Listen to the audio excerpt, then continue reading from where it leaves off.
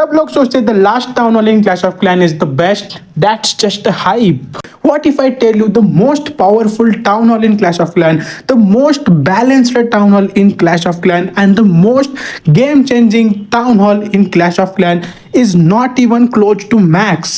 जी हाँ, तो आज अपन बात करेंगे which town hall is truly best in Clash of Clans. Not based on the defenses that town hall carry, not based on the looks that town hall has, and not based on the way that town hall attacks on troops, but on the impact, efficiency, and the most important, the town hall which changes your gameplay forever.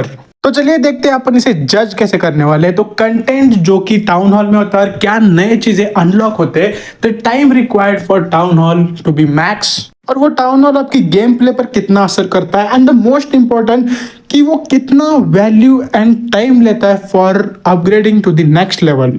Contenders की बात की जाए तो TH7, TH9, TH11, TH13, TH15 and 16 are the contender for today's video. TH7 was fun but boringly limited. Boringly limited बोलने का बहुत बड़ा reason है क्योंकि dragon attacks are most common और TH7 कोई स्ट्रेटजी नहीं लगती. ड्रैगन लो 3 स्टार करो. उसके बाद जो आता है that is TH9, the strategy haven, क्योंकि इधर जो है आप क्वीन चार्ज सीखते हो पहले बार. उसके साथ ही the best attack go bo V, this is personally my favourite, जो कि TH9 पर स्पेशली यूज होता है. एंड उसके बाद लावा लून अटैक स्ट्रेटजी जो है वो आप TH9 से शुरू कर देते हो. तो देखो कितना इंपॉर्टेंट रोल प्ले करता है TH9. उसके बाद TH11 जहां पर जो है अपने को ग्रैंड वार्डन का इंट्रोडक्शन हो जाता है, एंड ग्रैंड वार्डन का इंट्रोडक्शन हो जाने की वजह से गेम खेलने में जो है और ज्यादा मजा आता है प्लेयर्स को स्पेशली.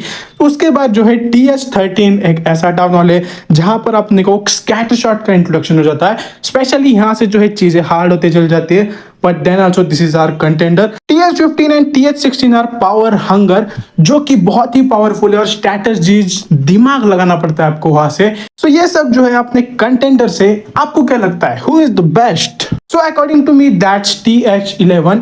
TH11 एक ऐसा टाउन हॉल है जहां पर अपने को ग्रैंड वुडन का इंट्रोडक्शन हो जाता है, और ग्रैंड वुडन का इंट्रोडक्शन हो जाने की वजह से स्ट्रैटेजी जो वो कंप्लीटली चेंज हो जाती है. ग्रैंड वार्डन एक ऐसा हीरो है जो कि एक सपोर्टिव हीरो है जो अपने आर्मी को सपोर्ट करता है, एंड इसके बाद जो है अपनी स्ट्रैटेजीज और भी ज्यादा पावरफुल हो जाती है.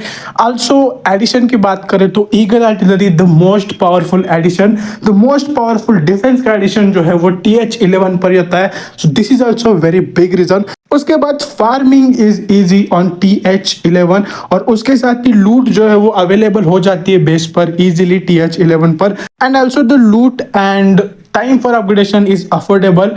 Time don't crush your motivation, so this is also big reason. और उसके बाद the most powerful attack electro smash ले लो.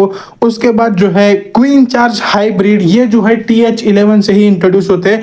And the most famous attack super archer blimp जो है वो TH11 से ही चालू होता है. So this is a very big reason जो कि मैं बोल रहा हूँ TH11 is the best.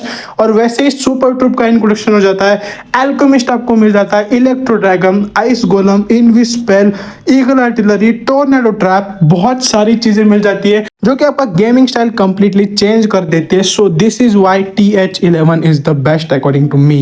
Why not others? तो TH9 एक बहुत ही पावरफुल कंटेंडर था इस वीडियो के लिए, पर उस पर जो है सीज मशीन्स अवेलेबल नहीं रहते. So attacking without siege machine is just like a handicap. वैसे ही TH14, 15 and 16 are most powerful, but half of your time goes in upgradation. Power without playability is useless. तो आगे से अगर आपको कोई कहे the least town hall is the best, keep one thing in mind, the real king isn't the newest, it's just the smartest. TH11 the most balanced and impactful town hall ever created. Agree or not? Comment करके जरूर बताना. So yes, bye bye.